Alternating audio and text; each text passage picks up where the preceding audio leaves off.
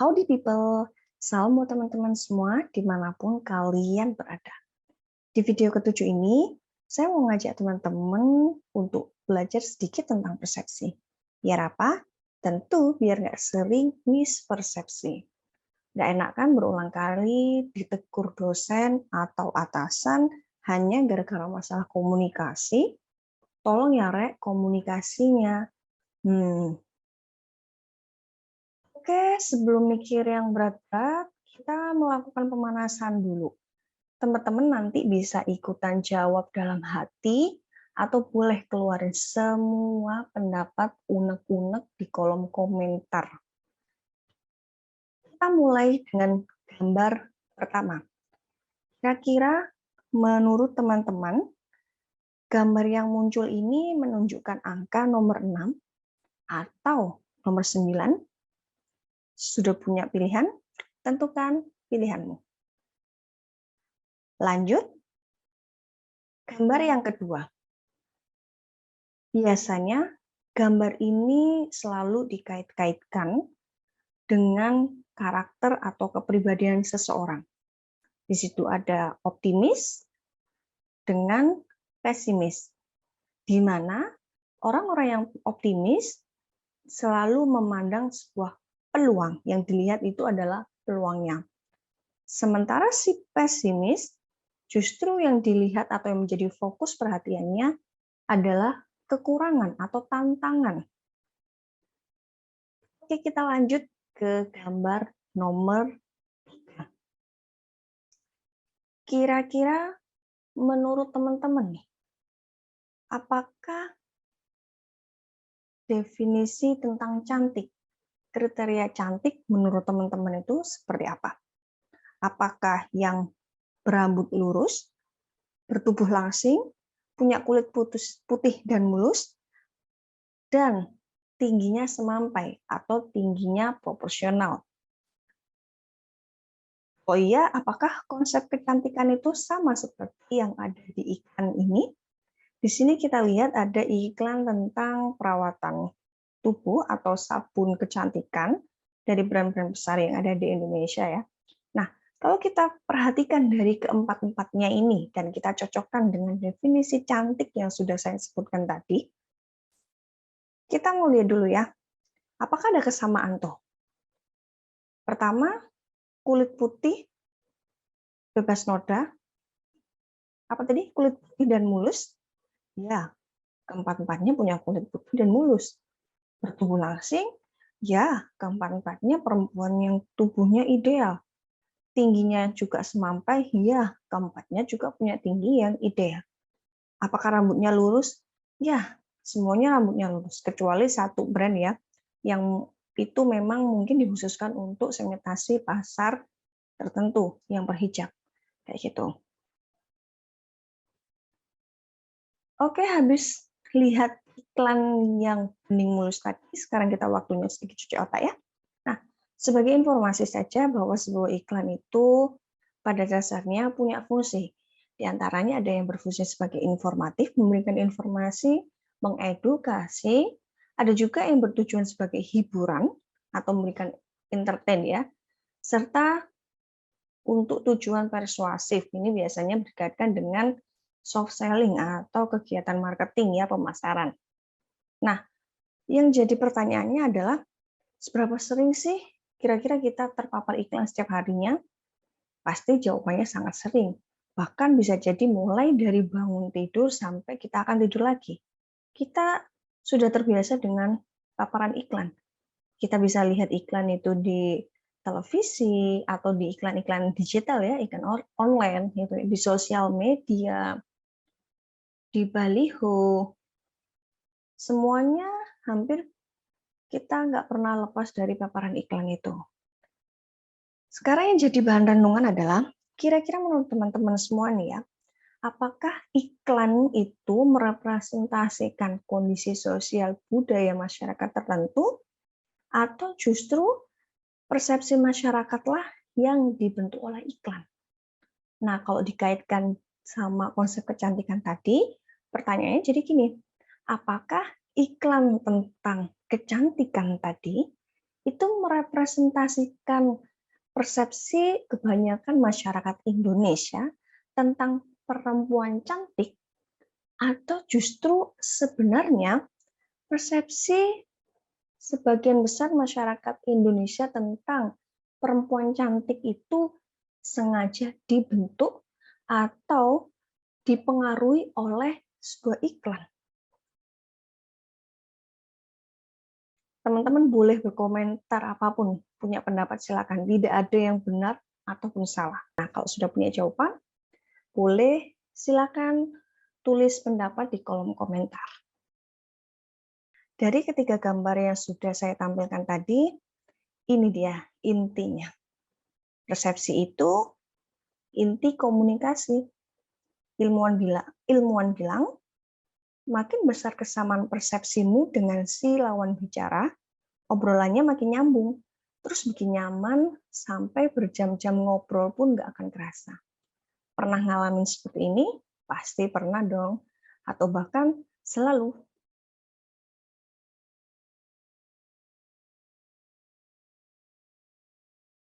Ada dua faktor yang mempengaruhi komunikasi antar dua orang atau lebih. Itu bisa saling nyambung, atau istilah lainnya itu saling klik ya. Itu ada dua hal yang mempengaruhi. Yang pertama, frame of reference, atau referensi antara si pembicara dengan si lawan bicara. Yang kedua, field of experience, masing-masing pengalaman dari si pembicara dan si pendengar. Yang pertama, frame of reference itu merupakan akumulasi asumsi yang jadi referensi. Nah, ini dipengaruhi dari banyak hal. Misalnya background, budaya, pendidikan yang sama, hobi, atau bahkan pengetahuan sama. Semuanya itu berkumpul menjadi referensi si pembicara maupun si pendengar. Nah, saya punya pengalaman pribadi nih soal frame of reference-nya. Kebetulan di keluargaku itu rutin mengupdate berita TV. Sayangnya, atau kabar buruknya ya, kebanyakan berita kriminal yang sering muncul di TV waktu itu lokasinya ada di Jakarta.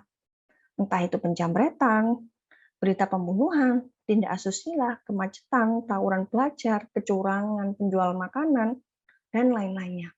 Nah, dari situ, karena seringnya terpapar berita-berita kriminal yang lokasinya ada di Jakarta, orang tuaku dan beberapa keluarga lain membayangkan Jakarta itu sebagai kota yang ngeri, nggak aman lah buat perempuan. Nah, konsekuensinya ketika saya mau melanjutkan studi ataupun bekerja di salah satu perusahaan yang ada di Jakarta, itu hampir tidak diizini nih oleh keluarga, oleh orang tua ataupun keluarga besar.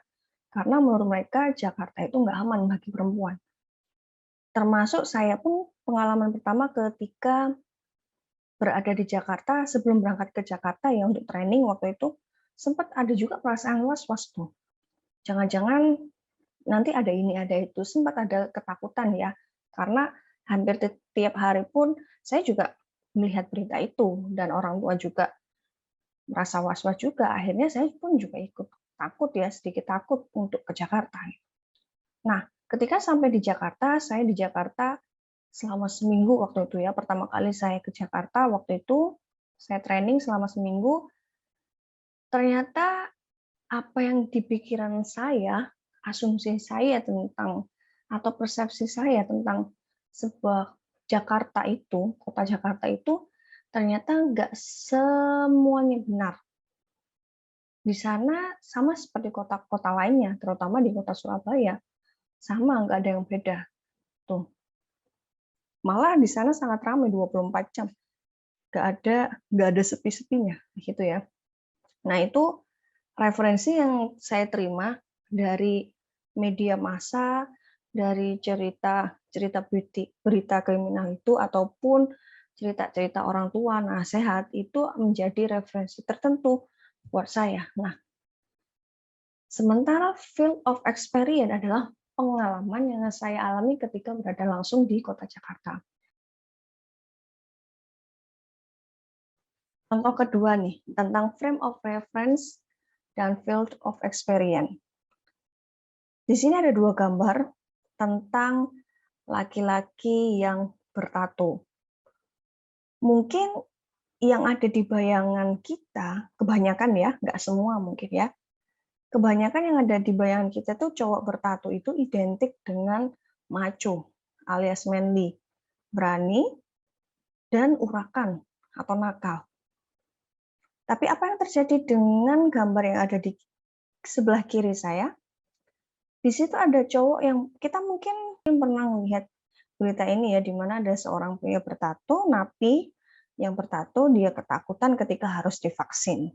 Beritanya itu sempat viral juga ya, gitu ya.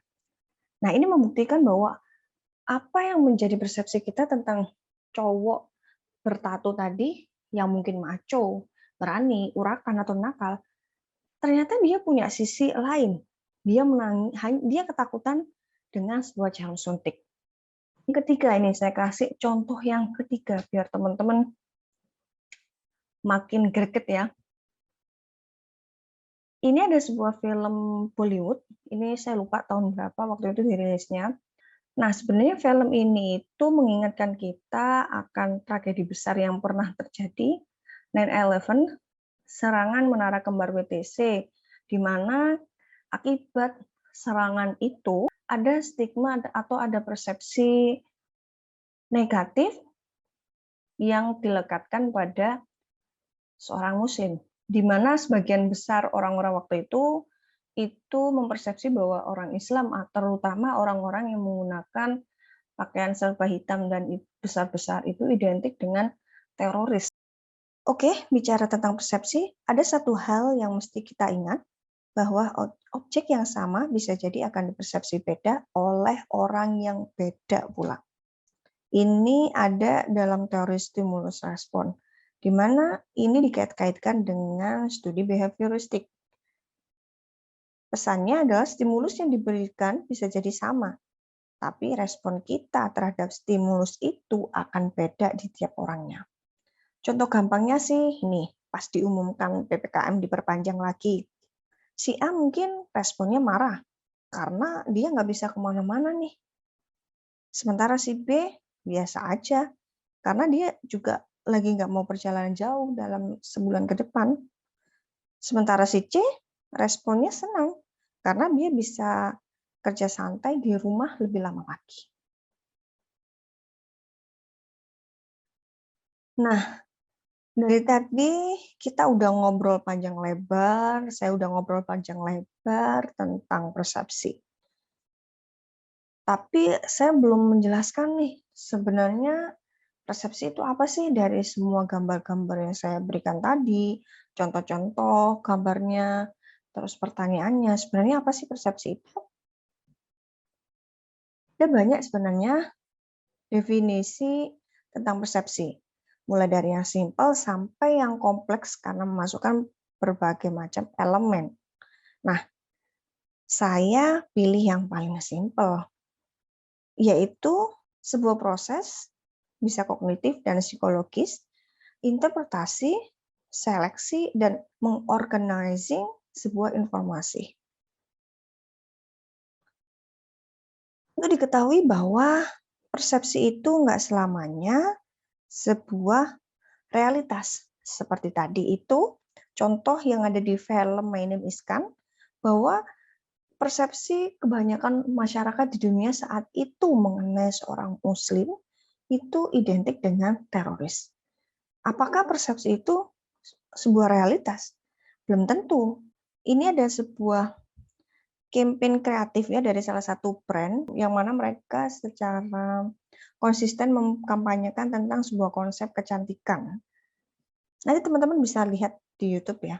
Ini menceritakan tentang seorang pelukis ternama yang waktu itu melukis orang-orang yang diwawancarainya tapi tanpa melihat mukanya secara langsung. Jadi si pelukis itu dengan orang yang akan dilukis itu melakukan tanya jawab atau wawancara. Ya, dia melukis berdasarkan cerita yang disampaikan oleh si narasumber. Bagaimana mereka menceritakan tentang dirinya sendiri, tentang fisik, dan semuanya. Lalu digambarlah sama si pelukis. Dan yang mengejutkan hasilnya adalah bahwa ternyata gambaran si pelukis itu jauh lebih cantik ketimbang persepsi masing-masing orang. Pesannya apa di sini?